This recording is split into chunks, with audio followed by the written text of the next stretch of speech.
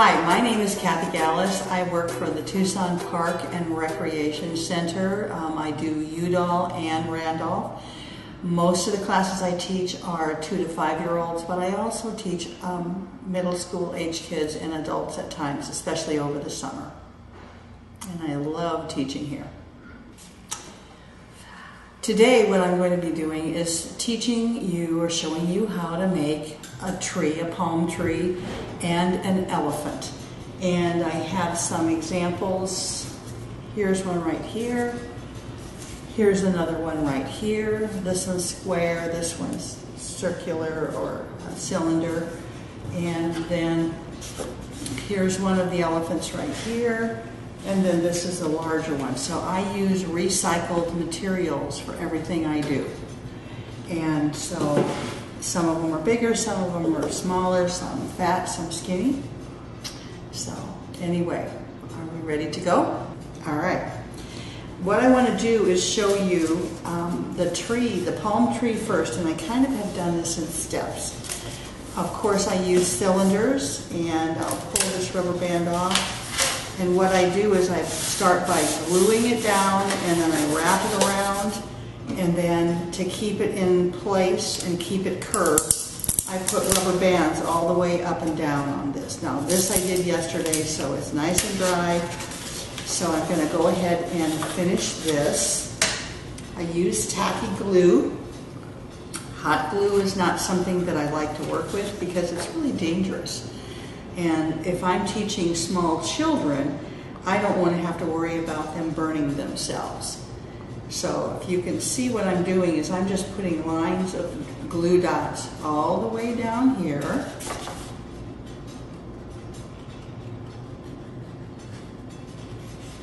And you don't need to cover the whole thing with glue. What I try to do is I lay my glue bottle down because I want to make sure that the glue is close to the end. And now I'm just going to go ahead and move this around. And this last portion right here that doesn't have any glue, I'm just going to go ahead and put glue right there. And I either use clothespins or rubber bands. And clothespins are not going to work very well except for on the ends here. So I'm going to use some rubber bands instead. And it just helps to keep it there and gives the glue a chance to dry.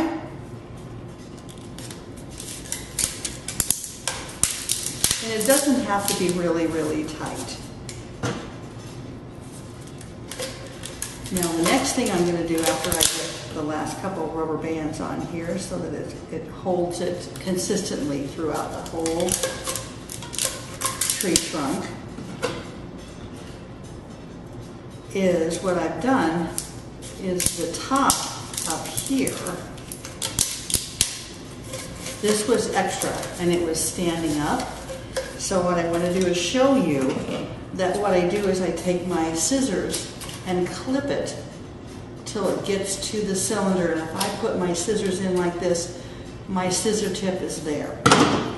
And then I give it a chance to bend over, and then I pull this back out again. And what I'm going to do is put some glue up in here. And you're going to get glue on your fingers, that's just part of it. And I just bend them over and hold them down in there like that. Do some more gluing. So here's my tree trunk, and I'm going to set this over to the side. The size of the palm fronds, I make them kind of to fit this, and so I would be using bigger ones for this, but what I'm going to do is I have a smaller tree that I started. You know, the base is here, and so I want to show you what I do. I put some glue right around on the top here, and I'm going dark and light. So I'll put some glue like this, and then just lay it down in here. And before I stick it, what I need to do is I kind of take my fingers over this to curl it, so it kind of hangs down like your trees would do. So hang on to this. This part is not cut, only this right here. So I'm kind of putting the force on this side. Put a little bit of glue on here. Palm frond right here. And so what I'll do is just let it dry a little bit, and then the next thing I'm going to be doing is working on the elephant. So I'm going to set this over to the side, and I will put some things on the top here, and I have some beads this time.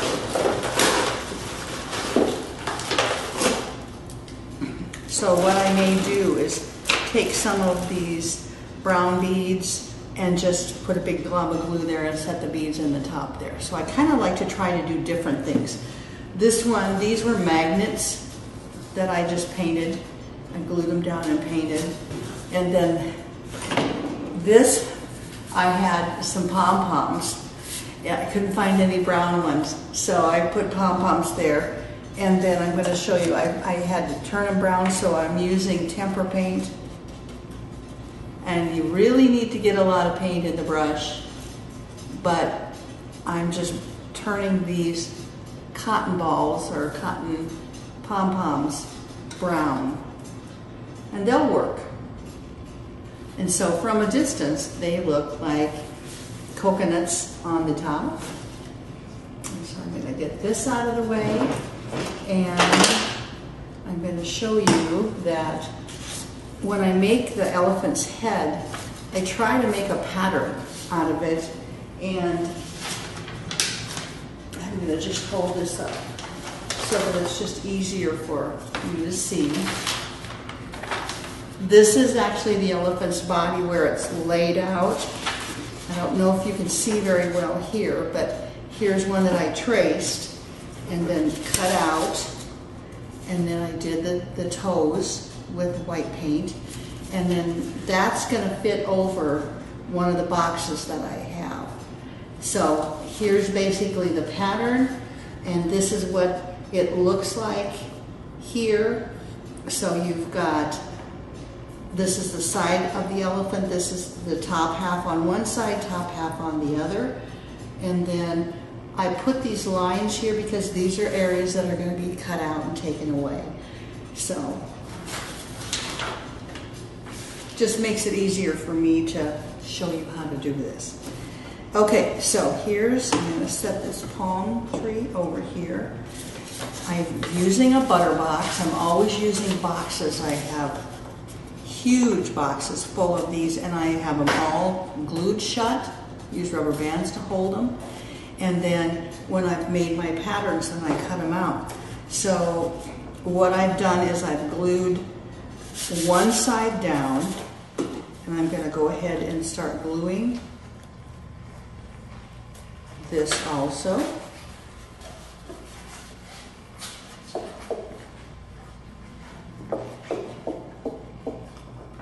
Okay, so what I have is I've got the glue on the three sides that I haven't done yet. I'm going to bring this up because it has a little bit of a lip there. Then I'm going to glue that down. And then I'm going to bring these over so that they meet here. And what I do is I rub them with my hands because the heat from your hands helps to dry the glue. Not instantly, but helps to dry the glue. And it spreads those blobs of glue out so that you don't have all sorts of like bumps in this. Now the last thing I'm going to do is this part right here. Bring it over. And something that I did that I didn't show you is that I actually took black marker and edged all of these so that when I close this up, no matter what color the box is, you don't see the colors from the box. So this is all ready to go. Here's the tail that's sticking out here. This is the body that I cut out and glued. So this will be the back and the right and the left side. And so I lay it over the top here, and I'm going to glue that down.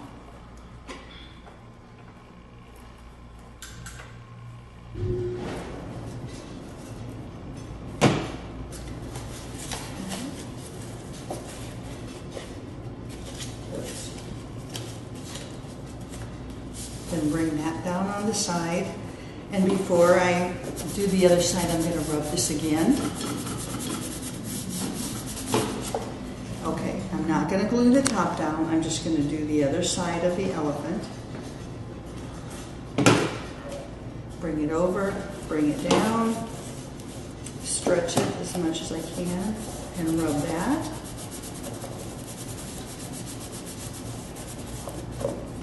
Now the last thing I'm going to do, I made the head, and this is where I started with a shape like this, but of course it had to be smaller.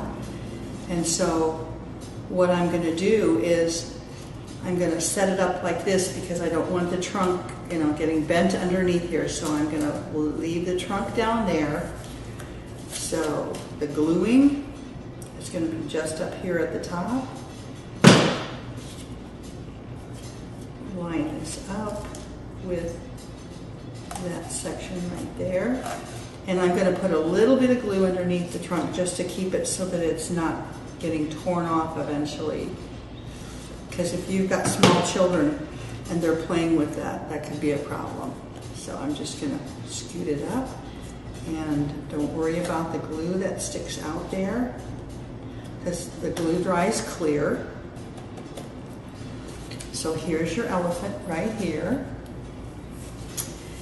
And I'm going to show you with this elephant right here.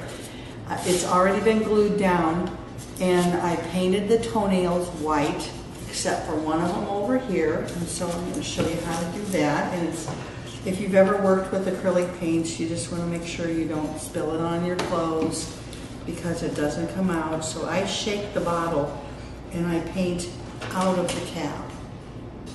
So I just dip my brush in here.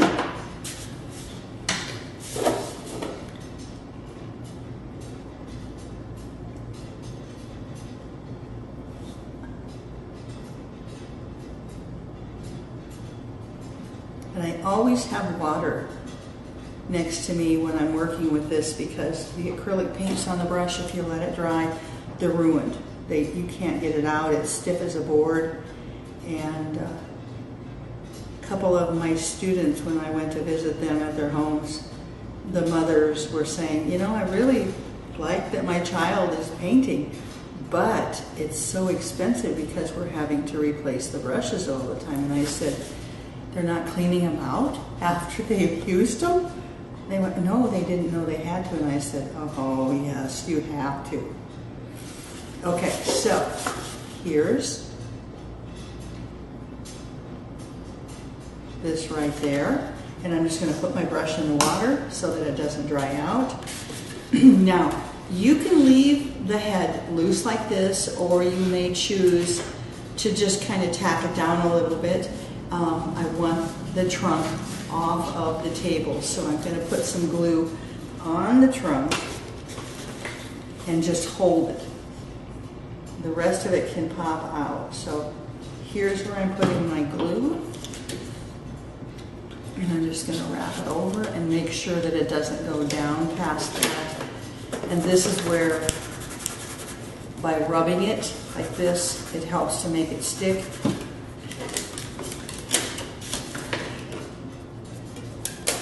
And the rubber bands don't need to be left on for very long, but that's going to help to hold it in place until it's dry, and then we can attach them to the actual areas. Now, this is what I did with my ground area, and you can kind of see it with the elephants right here.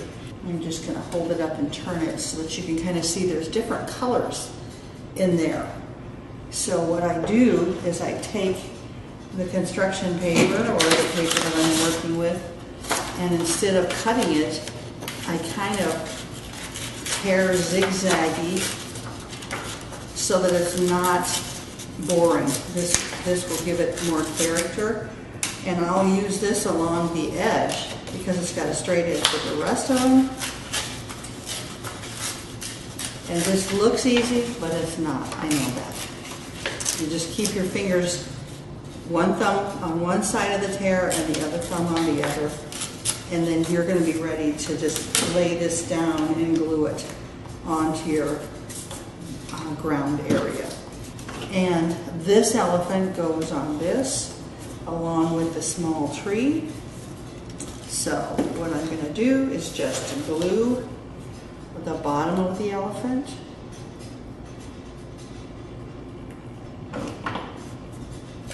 And kind of decide where I want that to be. Now the bottom of the tree right here is going to be a little more difficult, so I'm going to put a lot of glue down here. It's going to show, but it will dry clear. And then what I want to do is set it somewhere where it's not going to have to be moved, so it can dry. And let me put some of these beads up on the top. And that one should be finished.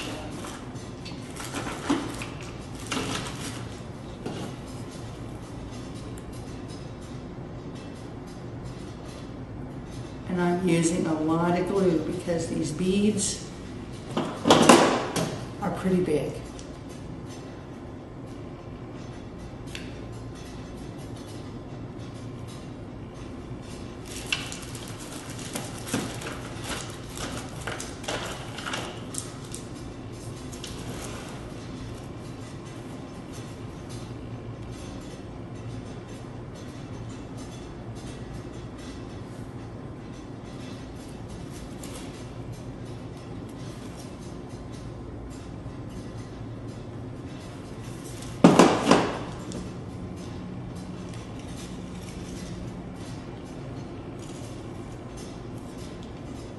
So by adding different kinds of textures to these, it makes them more interesting. And I'm just going to slide this over to the side, and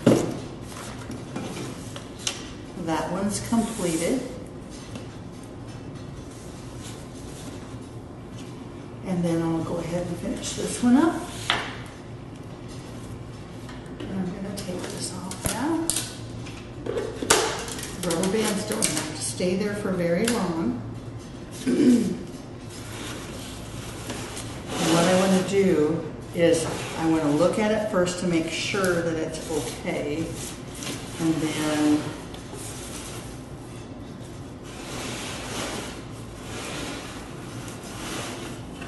what sometimes I will do is just make some marks on the paper down here so I remember where to put it.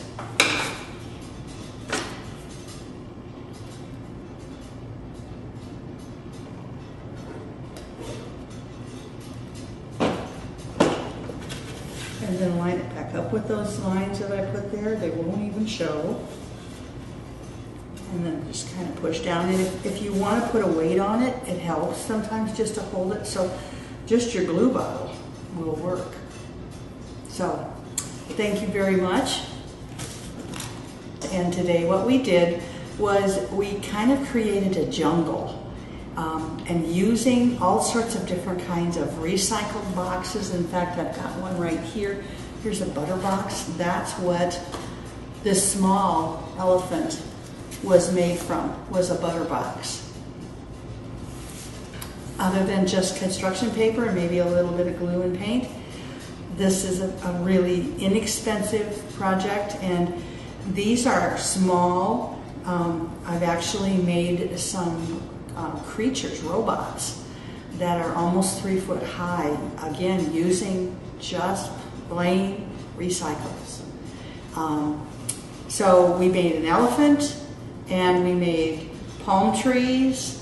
The lower part of the ground, I textured it by tearing paper and overlapping them so that it looks like it's kind of modeled. It's got some greens, some browns in there to kind of create a little bit of texture. Again, my name is Kathy Gallus, and I work for Tucson Parks and Recreation, and I teach children's classes like 2 to 5 year olds, as young as that. Teach middle school, and I have taught some adult classes too. Basically arts like this, but I also have done pottery with them. And I've taught for 47 years. I love working with people and children, and Tucson Parks and Rec have been a wonderful place for me to be. I can't say enough about what they offer to their children and their adults. Their classes are fantastic. They're very diversified. You can do whatever you want. So anyway, it's been nice talking to you and teaching you, and I hope to see you soon.